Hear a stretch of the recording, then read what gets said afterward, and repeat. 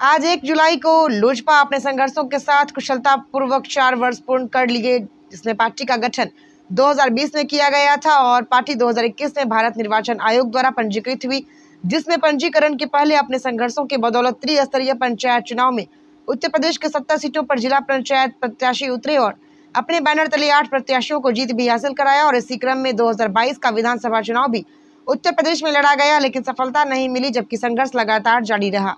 समय समय पर धरना प्रदर्शन और सरकार की गलत नीतियों का विरोध भी किया जाता रहा। 2024 के सामान्य लोकसभा चुनाव में पश्चिम बंगाल, झारखंड, बिहार व उत्तर प्रदेश में कुल 43 सीटों पर मजबूती के साथ चुनाव लड़ा गया, जबकि वोट प्रतिशत बेहतर रहा। इसी क्रम में आने वाले बिहार विधानसभा चुनाव में पार्टी 40 सीटों पर चुनाव लड़ने जा रही और उत्तर प्रदेश में त्रिस्तरीय पंचायत चुनाव में लोकसभा पूरे प्रदेश में 250 सीटों पर चुनाव लड़ेगी, जिसके लिए प्रत्याशियों का आवेदन लिया जाना भी शुरू हो गया है। और यह चुनाव पार्टी के लिए 2027 सामान्य विधानसभा चुनाव का भविष्य तय करेगा। इसलिए आप सभी साथी तन मन धन से लगकर पार्टी के सांगठनिक ढांचा को मजबूत करने का कार्य करें और सरकार की हर गलत नीतियों एवं आदेशों का विरोध करते हुए सड़क पर उतरने का कार्य करें। नया काम अगर होता तो उसमें संघर्षमय जीवन होता है और इस 4 वर्षों में हमने जो अपने जीवन का संघर्ष देखा है और जनता का संघर्ष देखा है, इसके मद्देनजर आज मुझे काफी बदलाव नजर आता है। विगत 4 वर्ष पहले जब पार्टी का स्थापना हुआ था, उस समय एक बंद कमरे में हुआ था और मुश्किल से 5-7 लोगों ने मिलकर के यह कार्यक्रम किया, जिसमें पूर्व जिला पंचायत सदस्य हमारी पत्नी श्रीमती जानकी चतुर्वेदी ने अहम भूमिका निभाया था कि नहीं, दूसरे के साथ रहने से बेहतर है कि हम लोग अपना कार्यक्रम करें कि दूसरे के झंडा कैसे क्या करेंगे। तो पार्टी हमने बनाया।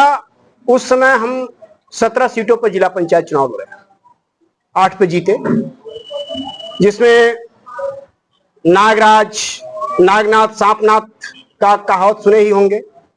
इसके पहले सरकार में एक मामला चला था, पति पत्नी का खेल, तुम बनाओ हम बिगाड़े, हम बनाओ तुम बिगाड़ो, यानी मायावती जी और मुलायम जी। फिर इस समय सांपनाथ और नागनाथ दोनों का रूप धारण किए हुए हैं, तोलीपार से लेकर के योगी आदित्यनाथ तक। जो सही कहेगा उसको कुचल दिया जाएगा, जो सही कहेगा उसके ऊपर बुलडोजर चला दिया जाएगा। ऐसे स्थिति में हमारे 5 जिला पंचायत सदस्यों को उन लोगों ने आपस में मिला लिया, वो चले गए, 3 बचे अभी भी। इसके बाद 2022 में हमने चुनाव लड़ा। चंदौली विधानसभा एक आपके उत्तर प्रदेश में है, जहां हमारी पार्टी चुनाव लड़ने के बाद 4थे स्थान पर रही। बाकी कुछ अता पता नहीं चला कौन किस स्थान पर गया। फिर 2024 में हम झारखंड से, महाराष्ट्र से, बिहार से, पश्चिम बंगाल से, उत्तर प्रदेश से कई जगहों से चुनाव लड़े, जिसमें पश्चिम बंगाल में 2-3 सीटों पर दूसरे स्थान पर है, झारखंड में तीसरे पर है, बिहार में तीसरे पर है, उत्तर प्रदेश में 2 ऐसे सीट हमारे थे। एक मऊ का था जिसमें हमारे प्रत्याशी का पर्चा खारिज करा दिया गया, नहीं तो सीट हम निकल जाते। हाजी हसरतुल्लाह और सब्बू भाई हमारे जो राष्ट्रीय उपाध्यक्ष ऊपर फोटो दिख रहा, ये हमारे कैंडिडेट थे। फिर मीरा गौतम हमारी लालगंज से कैंडिडेट थी, उसका भी पर्चा खारिज करा दिया गया। तो इस तरह से कई प्रत्याशियों का पर्चा खारिज किया गया, तांडव निर्वाचन आयोग के द्वारा हुआ। और उत्तर प्रदेश की स्थिति ये है, क्योंकि आप लोगों के माध्यम से जो चीज जाता है वो बेहतर होता है।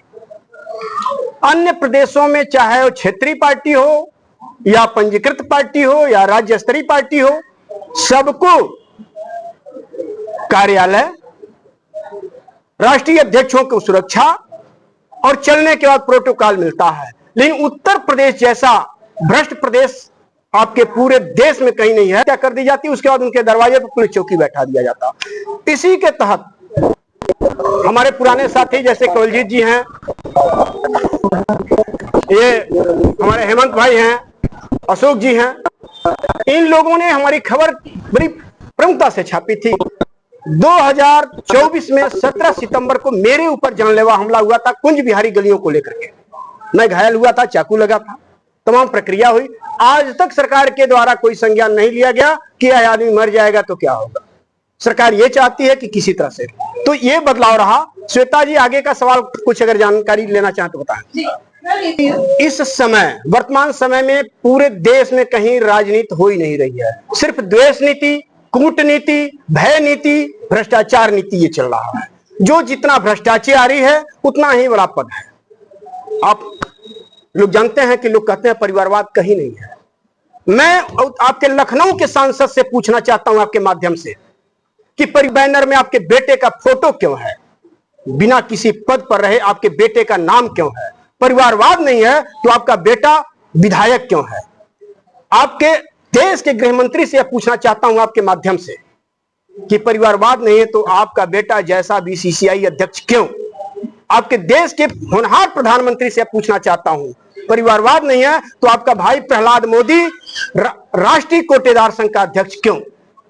नहीं होना चाहिए। जब सब जगह परिवारवाद है, इनका बस एक काम है, ये करे तो रासलीला और हम करें तो कैरेक्टर ढीला।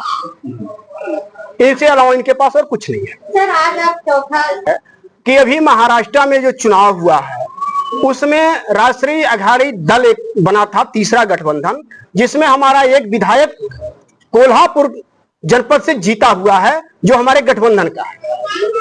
तो हम पहले फर्श पर थे, अब धीरे धीरे अर्श पर हो रहे हैं।